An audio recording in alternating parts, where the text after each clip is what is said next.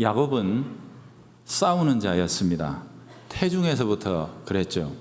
쌍둥이 형 에서와의 다툼이 어찌나 심한지 리브가의 안위가 위태로울 정도여서 이삭이 그 일로 하나님께 기도를 했어야 할 만큼, 그리고 성경이 굳이 이 이야기, 태어나지도 않았던 때의 이야기를 성경에다가 기록해서 남겨두어야 할 만큼 아주 특이한 케이스였던 거죠.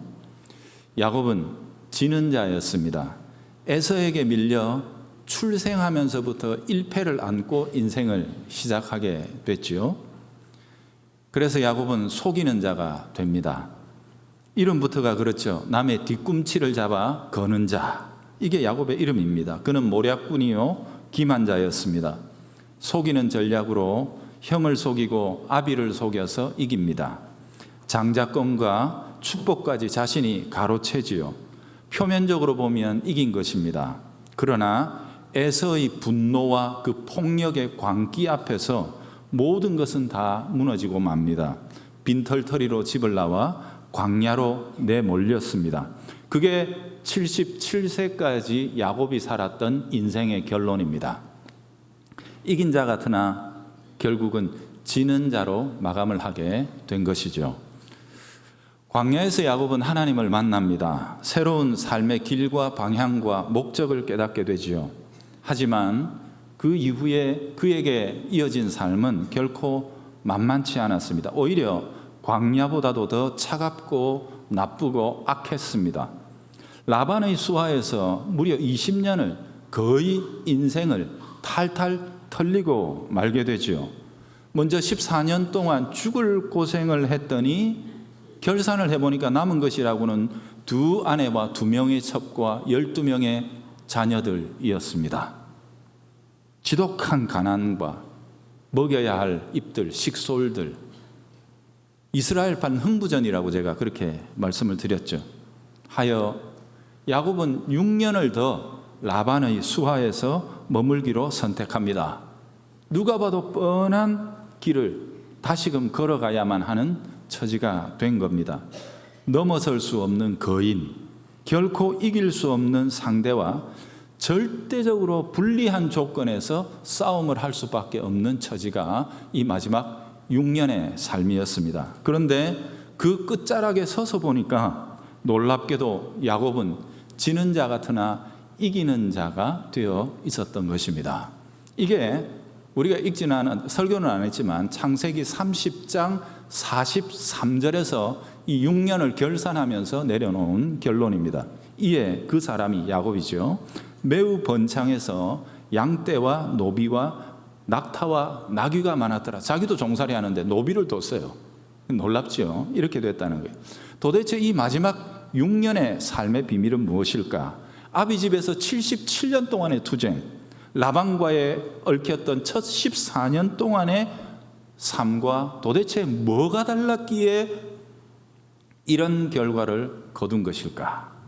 답은 이미 아십니다. 우리가 지난번에 보았기 때문이죠. 야곱이 베델에서 만난 하나님을 드디어 비로소 하나님이 이제 내 하나님 되어주세요 라고 인정한 것입니다. 그분이 자신의 삶에 개입하셔서 이끌어달라고 비로소 맡기게 된 것이죠. 소위 우리가 말하는 믿음의 삶을 야곱이 시작하게 된 겁니다. 지난번에 우리가 보았던 야곱이 자신의 그 연봉 조건을 삼촌에게 이야기하잖아요. 그 조건 속에 이 신앙이 담겨 있습니다. 삼촌 다 가져가세요. 나는 지금부터 하나님이 주신 것이 명백한 것만 제 소유로 삼겠습니다. 삼촌마저도 부인할 수 없는 그것만 제 소유가 될 것입니다 라고 그렇게 조건을 내놓은 거예요. 죽자는 거죠, 세상말로 보자면. 그러니까 야곱은 연봉 협상을 사장인 라반하고 한 게 아니고 하나님과 한 겁니다. 하나님이 챙겨주세요 라고 그에게 맡긴 거예요. 그 결과가 그랬습니다. 종이 주인보다 더 큰 부자가 되고 만 것입니다. 오늘 우리가 읽은 본문은 그 뒷얘기입니다. 흐름대로 정리하면서 제가 따라가 보겠습니다. 1절에 보면 아주 긴장된 소문이 퍼지는 것으로 이야기가 시작되고 있죠. 야곱이 훔치고 빼돌렸다. 소위 축제를 해서 부자가 됐다 하는 겁니다. 라반의 아들들이 퍼뜨린 소문입니다. 이 말은 자신들이 앞으로 하게 될 야곱에 대한 악을 위한 터닦기입니다.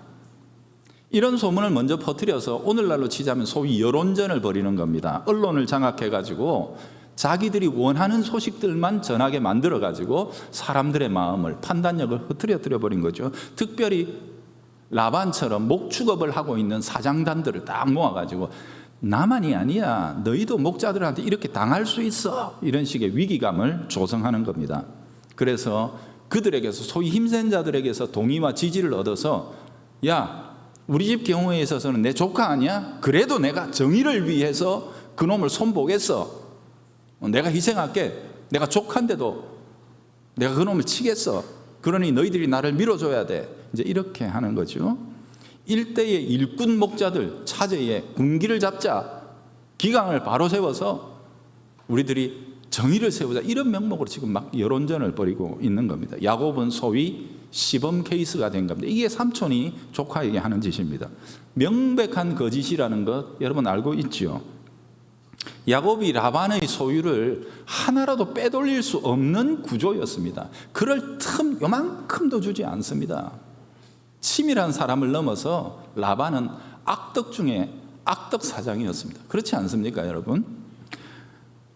그럼에도 야곱의 탁월함이, 아니 사실상은 하나님께서 야곱에게 부어주시는 복이 너무 커서 도리어 그게 올무가 된 거예요. 사람들이 있을 수가 없는 일이 일어났으니까 자기들 상식으로는, 그러니까 그 터무니없는 거짓 선전에 은근히 넘어가. 그래, 그런 일이 어째 있을 수가 있냐, 이제 이렇게 되는 거죠. 하나님을 모르니까. 어쩌면 우리도 이렇게 당할 수 있다라는 손해에 대한 위기감이 덮어놓고 라반을 지지하게 되었을지도 모릅니다. 주변의 분위기가 지금 이렇게 돌아가고 있는 거예요. 어쨌든 일꾼이 주인보다 더 큰 부자가 됐으니 이게 그냥 넘어가기는 힘든 처지가 되고 만 것 아니겠습니까? 하지만 팩트가 뭐냐, 사실이 뭐냐, 정말로 야곱이 라반의 양떼나 재산은 의도적으로 줄여놓고 자기 것만 불려나갔던 것일까요? 그렇지 않습니다. 아시겠지만 그게 안 되는 구조였다는 거 아시잖아요. 그들의 것들도 야곱은 불려주었습니다. 그렇지 않다면 이 사람들이 그 하나하나 꼬치꼬치 캐물어서 야곱에게 네가 잘못해서 그렇다 다 엎어 씌워가지고 또 가져가게 됐을 것 아닙니까? 절대로 그냥 있을 자들이 아니었죠. 자기들 것도 늘기는 늘었는데 야곱이 비교할 수 없을 정도로 초 대박이 나가지고 자기들보다 더 부자가 되고 나니까 이 시기심이 나서 견디질 못해서 지금 이러고 있는 겁니다. 여러분 나중에 읽게 되겠지만 38절에서 40절을 보면 야곱이 이렇게 이야기를 합니다. 내가 이 20년을 외삼촌과 함께 했습니다. 외삼촌의 암양들이나 암염소들이 낙태한 적이 없습니다. 잘 돌봤다는 거죠. 또 외삼촌의 양떼나 순양을 내가 먹지 않았습니다. 물려 뜯긴 것은 내가 외삼촌에게로 이거 어쩔까요? 이렇게 말해본 적도 없다는 겁니다. 낮에 도죽을 맞았든지 어쨌든지 그것을 외삼촌이 내 손에서 찾아낼 것을, 손해를 물릴 것을 알았기 때문에 내가 묻지도 않고 스스로 다 채워 넣었다는 것입니다. 이처럼 20년을 보냈다는 거예요. 이처럼 내가 낮에는 더위와 밤에는 추위를 무릅쓰고 눈 붙일 겨를도 없이 살아온 것 아시지 않습니까? 야곱이 이렇게 이야기하는 겁니다. 최선을 다해 그들의 것도 불려주었단 말이에요. 여러분 6절에도 똑같은 호소가 아내들을 향해서 나오지요. 여러분 이게 일꾼 야곱의 모습입니다. 사랑하는 우리 성도 여러분, 기억하십시오. 적어도 들판에서 자기가 맡은 일, 임무에 있어서 야곱은 진정한 프로입니다. 프로 중에 프로입니다. 사적인 감정을 일에 투여하지 않습니다. 악인을 위한, 악인의 소유임에도 불구하고 거기에서 자기가 맡은 임무에 대해서 철저하고 완벽하게 수행했습니다. 또 그럴 만한 숙련도, 기술을 가지고 있었고 또 그것을 해내는 성실함을 가지고 있습니다. 네가 나한테 그랬으니 그러면서 태업을 하거나 혹은 뒤에서 막 농땡이를 치거나, 야곱은 그러지 않았다는 거예요. 양들이 무슨 죄가 있냐, 내가 맡은 일이 무슨 문제가 있냐는 거예요. 거기에 있어서는 최선을 다했던 겁니다. 제가 분명하게 우리 성도들에게 말씀을 드립니다. 예수쟁이는 일단 이게 돼야 됩니다. 이게 돼. 핑계하면 안 됩니다. 이게 선으로 악을 이기는 겁니다. 참으로 하나님이 내 하나님 되어 주시기를 구하는 자라면 먼저 이거는 기본입니다. 이게 되어 있어야 합니다. 그 결과가 뭐냐? 야곱이 거두어들인 엄청난 부입니다. 하나님께서 주시기 시작하면 그렇습니다. 일단 하늘의 문을 열고 부어주시려고 작정하면 세상이 시기가 나기까지 하나님은 우리에게 부어주십니다. 제가 직접 제 체험은 아니고 제가 지켜본 일입니다. 제가 어디에 있을 때 한 장로님 10평 남짓한 공간에서 사업을 시작했는데 10년 만에 조 단위의 회사로 성장한 것을 보았습니다. 그 장로님 말씀하셨어요. 김 목사님, 내가 한 것은 꿈꾼 것밖에 없습니다. 그분의 모토가 뭐냐 하면 창세기에 나오는 그 요셉의 저기 꿈꾸는 자가 오는도다. 나는 하나님 믿고 꿈꾼 것밖에 없다는 거예요. 하나님이 그것을 이루어 주셨다고 간증하시는 것을 제가 들어보았습니다. 기억하십시오. 여러분, 우리는 세상과의 관계 속에서 시기심을 당하게 되어 있습니다. 우리가 참된 하나님의 종들이라면 이것은 너무도 당연한 겁니다. 세상과의 관계 설정이 그렇게 될 수밖에 없습니다. 세상이 우리의 삶을 자기식의 계산으로 해법이 안 나오는 거예요. 저게 안 돼야 되는데 왜 되냐 이거예요. 그러니까 그렇게 생각할 수밖에 없는 겁니다.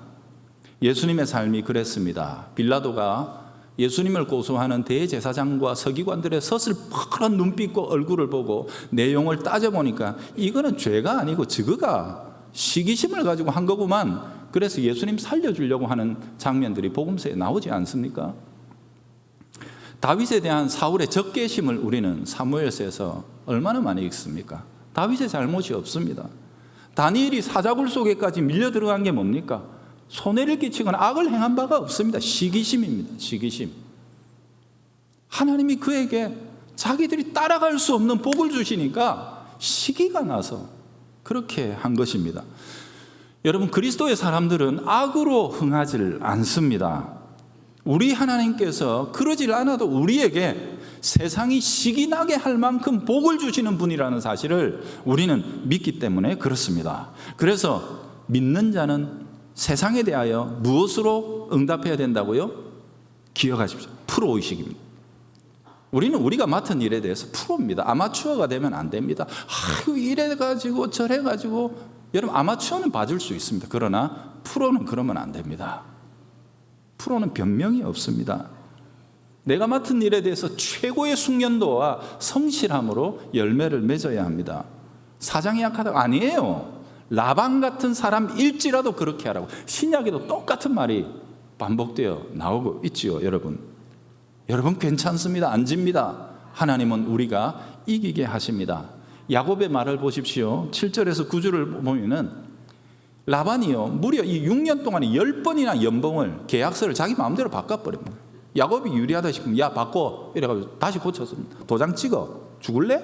그러면서 도장 찍게 만들어 10번이나 자기 임의대로 막 바꿉니다. 그때마다 하나님은 또 결과를 바꿔버리십니다. 하나님. 그래서 라반이 술수를 쓰면 쓸수록 자가당착에 빠지도록 만드시는 게 우리 하나님의 역사였습니다. 그게 6년이었습니다. 29절에도 보면 야곱이 이야기합니다. 하나님이 삼촌을 경고하시고 당신을 압박하시지 않았으면 당신이 오늘 나를 죽였을 것입니다 라고 그렇게 이야기합니다. 여러분, 세상은 경쟁하다가 안 되면 어떻게 합니까? 그 앞에 함정을 딱 봐가지고 무너뜨려 버립니다. 그게 세상 방식입니다. 자기들끼리야 그렇게 하는 거 우리가 뭐라 하겠습니까? 우리에게도 그렇게 합니다. 그러나 우리도 똑같은 악으로 그 앞에 함정을 파나요? 우리는 그럴 수 없거든요. 우리의 방패는 오직 하나님밖에 없습니다. 악을 선으로 바꾸시는 하나님, 이 하나님이 우리의 유일한 터요 방패입니다. 야곱의 말을 한번 들어보십시오. 5절에 보면 하나님은 나와 함께 하셨느니라. 7절, 하나님이 그를 막으사 나를 해치지 못하게 하셨다. 뒤에도 그런 얘기가 나오죠. 그래서 오늘 우리 성도들 이번 주에도 예배드리고 세상으로 나가서 우리 성도의 삶을 살아가게 될 텐데, 세상의 특성 두 가지를 오늘 제가 짧게 정리해 드릴게요. 첫 번째, 여러분 잘 기억하세요. 이것도 지식입니다. 하고 세상 어설프게 보고 나갔다가 당하고 우는 일이 참 많은데, 그러면 안 됩니다. 여러분, 우선 세상은 하나님이 행하신 명백한 결과에도 불구하고 굴복하지 않습니다. 이걸 알아야 됩니다. 다윗에 대한 사울의 고백 아시죠? 죽이러 왔다가 자기가 죽게 됐는데 다윗이 살려줬잖아요. 그때 눈물을 흘리며 사울이 뭐라고 그럽니까? 하나님이 너를 선택하신 것과 너를 통해 복을 주실 것을 내가 다 알고 있다. 그런데 왜 대적합니까? 하나님이 다윗 쓰시는데, 다윗을 통해 복 주시는데 그 다윗을 왜 자기는 죽이려고 합니까? 그게 그런 거예요. 안 받아들여지는 거예요. 알아도 안 되는 겁니다. 굴복하지 않습니다. 출애굽 때 여러분, 홍해의 사건이 왜 생깁니까? 바로는 자신의 군대가 홍해에 몰살되기까지 대적하는 일을 멈추지 않습니다. 10가지 재앙을 통해 애굽이 풍비박산이 났습니다. 그래서 제발 좀 나가달라고 이스라엘 백성들이 출애굽할 때는요, 자기들이 가진 은금 폐물까지 안겨주면서 빨리 나가라고, 이따가는 하나님께 더 맞을 것 같으니까 그렇게 내보냈는데, 조금 지나가 마음이 변해가지고 군대를 동원해서 추격합니다. 여러분, 그게 세상입니다. 잊어버리게 되는 겁니다. 무슨 일이 있었는지를. 하나님이 행하신 일들을 망각합니다. 왜요? 마귀가 그렇게 만듭니다. 탐욕으로 사람들을 어리석게 만들어버리는 것입니다. 지금 가면 꼭 별 것처럼 느끼게 만들어요. 야, 그렇게 당했어도 요번에는 좋은 기회다, 저거 다 잡아올 수 있겠다라고 생각하게 만드는 겁니다. 원래 마귀가 처음부터 그랬어요. 하와에게 네가 저것을 따먹으면 네가 하나님같이 되는 거야, 이겁니다. 탐욕을 부추겨서 우리를 하나님에 대한 두려움과 지식으로부터 망각하게 만드는 것입니다. 이 태고의 전략이 지금까지도 너무 짱짱하게 통하고 있는 겁니다. 여러분, 예수님에 대해서 바리새인과 사두개인들이 죽기까지 대적했지요. 그들도 마찬가지입니다. 오죽하면 죽여놓고서 그때부터 걱정이 되는 거예요. 왜? 예수가 말할 때 지가 죽어도 사흘 만에 산다 그랬거든. 이제 그 말씀이 이루어질까 봐 벌벌 떠는 거예요. 여러분, 그런 말씀이면 들어야 되지 않습니까? 들어야 되죠. 두려워도 안 듣는 거예요. 안 듣는 거예요. 그래서 그 무덤 앞에 군대를 갖다 세워놓고서 벌벌 떠는 겁니다. 여러분, 이게 세상입니다. 내가 세상에 나가서 잘하면 세상 사람들이 감동해서 올 거라고 보여요. 그건 신앙이 아니고 신화입니다. 자꾸 그런 거 하지 마라 그랬죠. 동화로 신앙생활 하지 마십시오. 여러분, 세상은 안 변합니다. 안 변합니다. 태초부터, 아니 마귀가 타락시킨 후부터 주님 오시는 날까지, 만약에 세상이 변할 가능성이 있으면 주님이 마지막 날에 불못에 던질 이유가 무엇입니까? 안 변합니다. 그러니 우리가 항상 이 세상의 특성을 분명하게 알아야, 마귀는 변하지 않습니다. 두 번째, 세상은요, 철저하게 자기의 이익을 따라서 반응할 뿐입니다. 보세요. 요셉이 애굽에 내려갔습니다. 요셉에게서 온갖 지혜가 나타나니까 사람들이 아이고야 하고 그를 인정하고 그를 따릅니다. 다니엘이 바벨론에 끌려갔습니다. 특별한 사람입니다. 그의 말을 듣는 게 이익이 됩니다. 그러니 다니엘을 죽여 세우고 그를 따릅니다. 바사 제국에서까지 그랬죠. 그러나 명심하십시오. 그렇다고 해서 그들이 믿음으로 회개하고 하나님께로 돌이킨 바가 없습니다. 이익을 취했을 뿐입니다. 이익이 되니까 함께 갔던 것 뿐입니다. 이 두 가지 세상의 특성을 절대로 잊지 마세요. 모르면 하다가 당합니다. 그게 그래 되나? 이러면서 넘어진단 말이에요. 그러니 이 사실을 마음속에 분명하게 새기면서 우리가 끝까지 하나님 앞에서 믿음으로 나가야지, 세상에 우리 손가락 하나를 걸어놓는 순간 그때부터 거기에서 문제가 생기기 시작하는 겁니다. 야곱의 상황으로 돌아가서 마무리해 봅시다. 1절에 소문이 퍼졌습니다. 2절입니다. 그런데 안색이 변한 사람이 누구라고요? 라반이라고 나옵니다. 여러분, 안색이 변했다는 말은 성경에 아주 유명한 관용구입니다. 이는 서운함을 가졌다는 정도가 아닙니다. 적개심을 품었다는 뜻입니다. 누군가를 죽이기 직전의 모습이 바로 이겁니다. 여러분, 가인이 인류 최초의 살인자 가인이 동생을 돌로 쳐 죽이기 전에 그에게 나타났던 현상이 창세기에 보면 안색이 변했다라고 그렇게 나옵니다. 하나님이 가인에게 지적하시죠. 너 안색이 변했는데 그게 당연하냐?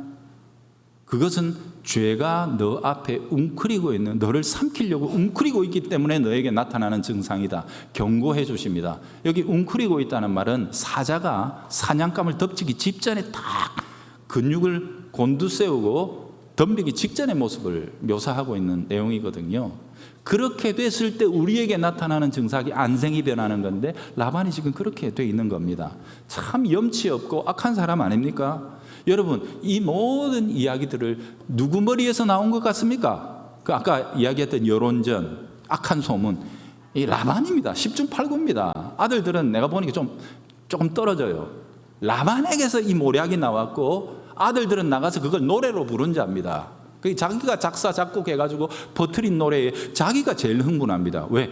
거짓말인 것을 누구보다도 정확하게 알고 있는 자기 자신이 스스로 그 거짓말에 흥분해서 마치 그게 진리인 양 사실인 양 광분을 해가지고 조카를 죽이겠다고 지금 설치고 있는 겁니다. 여러분, 이게 마귀에게 속으면 이렇게 됩니다. 즉 거짓이 그 영혼을 삼켜버리는 것입니다. 세상에 보면 술 마시는 사람들이 나중에 술이 사람을 삼킨다 그러지요. 그러면 전봇대에 옷 걸어놓고 집인 줄 알고 거기 누워서 잡니다. 여러분, 그게 여기만 그런 게 아니고 제가 서울에 있을 때도 보니까 강남에 정말 아르마니 옷 입은 사람들도 그러더라고요. 마귀가 거짓으로 우리를 삼킬 때 우리에게 그런 일들이 일어납니다. 여러분, 세상이 이렇는데요. 그런데 아십니까? 바로 이런 세상에 우리가 보냄을 받는다는 사실을 아십니까? 그래서 예수님은 이렇게 말씀하셨죠. 내가 너희를 세상에 보낼 때 양을 이리 가운데 보내는 것 같구나. 주님께서 친히 하신 말씀입니다. 그러나 양이 이리를 이길 수 있는 방법까지도 주님은 그들에게 가르쳐 주십니다. 뭐죠? 뱀처럼 지혜롭고 비둘기처럼 순결하여라. 이게 너희들의 싸움이다. 너희들의 싸움이다. 비둘기처럼 순결하기 위해서 지혜를 발휘해라. 우리의 싸움은 순결하기 위한 싸움입니다. 순수하기 위한 싸움입니다. 단순해지기 위한 싸움입니다. 한마디로 선으로 악을 이기는 것입니다. 여러분, 신약 성경에서 그리스도인들을 규정하는 아주 특징적인 묘사가 뭐냐 하면 그게 오늘 제가 성경의 설교의 제목으로 썼던 겁니다. 지는 자 같으나 이기는 자입니다. 바울 자신의 고백이기도 하고 그렇죠. 곧 우리가 세상 사람들 보기에 혹은 세상이 우리를 보면 이런 존재들이라는 겁니다. 고린도 후서 6장 8절에서 10절 이렇죠. 우리는 속이는 자 같다. 세상은 맨날 우리에게 거짓말 한다고 어떻게 죽은 자가 살아나노? 부활 얘기하고 십자가 얘기하고 어떻게 하나님이 사람이 되노? 보이도? 이러죠. 보여줘도 안 믿습니다. 안 믿으면서. 그래서 우리는 속이는 자 같으나 실상 우리가 참되고 무명한 자 같으나 유명한 자요 죽은 자 같으나 보라 우리가 살아있고 징계를 받는 자 같으나 죽임을 당하지 아니하고 근심하는 자 같으나 항상 기뻐하고 가난한 자 같으나 많은 사람을 부요하게 하고 아무것도 없는 자 같으나 모든 것을 가진 자로다. 그게 신자입니다. 여러분, 앞에 나오는 조건들은 사실입니다. 그 시대의 성도들 전부 가난했습니다. 전부 예수 믿는 것 때문에 여러분 고난당했습니다. 그럼에도 불구하고 그들의 영혼과 그들의 참된 운명은 부요하고 풍요롭고 기쁨이 넘치는 삶을 살아간다는 겁니다. 이게 그리스도인입니다. 얼마나 놀랍고 정확한 묘사인지 모르겠습니다. 그러니 여러분 염려하지 마세요. 세상이 어떻게 돌아간다 할지라도 그것 때문에 너무 근심하지 마십시오. 원래 세상은 그런 겁니다. 근데 마치 내가 역사상 제일 억울한 삶을 살아가는 사람처럼 생각하지 마세요. 초대교회 성도들은 우리보다 100배나 더 힘겹고 고통스러운 삶의 현장 속에서도 거룩하고 순결하게 믿음 지키며 살았습니다. 염려하지 마세요. 우리는 지지 않습니다. 왜요? 하나님이 우리 하나님이시기 때문입니다. 우리의 이김의 방식은 단순합니다. 하나님께 하나님 되어달라고 요구하세요. 그리고 그분이 하나님 노릇하시도록 그분에게 맡겨드리세요. 그러니 오늘 한 주간도 담대하게 세상으로 나가서 선으로 악을 이기는 우리 성도들 되기를 바랍니다. 악한 세상입니다. 어두운 세상입니다. 틀림없습니다. 그러나 설령 우리가 대하는 자들이 악한 자들일지라도 그들과의 관계 속에서 우리가 맡은 일에 있어서만큼은, 저는 오늘 이 단어를 제일 강조하고 싶어요. 여러분, 프로의식을 가지세요. 우리가 맡은 일에 있어서만큼은 예수쟁이 대단하다, 예수쟁이 대단하다. 그 뻔한 그 일에서 최고의 더 나은 창조적인 능률을 발휘하려고 몸부림을 친다. 몸부림을 최선을 다해서 성실하게 자기의 일을 감당한다. 이런 얘기는 기본으로 들어야 됩니다. 그래 예수쟁이지요. 악한 세상을 이기는 방법을 성경은 우리들에게 이렇게 소개합니다. 이 성경 구절로서 마무리하죠. 요한일서 5장 4절, 무릇 하나님께로서 난 자, 하나님의 자녀, 하나님의 교회는 세상을 이기느니라. 세상을 이긴 승리는 이것이니 곧 우리의 믿음이니라. 기도하겠습니다. 하나님 아버지, 이 한 주간도 우리가 선으로 악을 이기는 사람들 되게 하여 주옵소서. 하나님이 우리의 백그라운드가 되시니, 주님이 우리의 산성이 되시니, 방패가 되시니, 우리가 세상처럼 모략을 부리지 아니하고 그들이 보기에 너무 허술해 보일지라도 하나님을 믿는, 하나님을 의지하는 단순한 믿음으로 살아갈 수 있도록 인도하여 주시옵소서. 예수님의 거룩하신 이름으로 기도합니다. 아멘.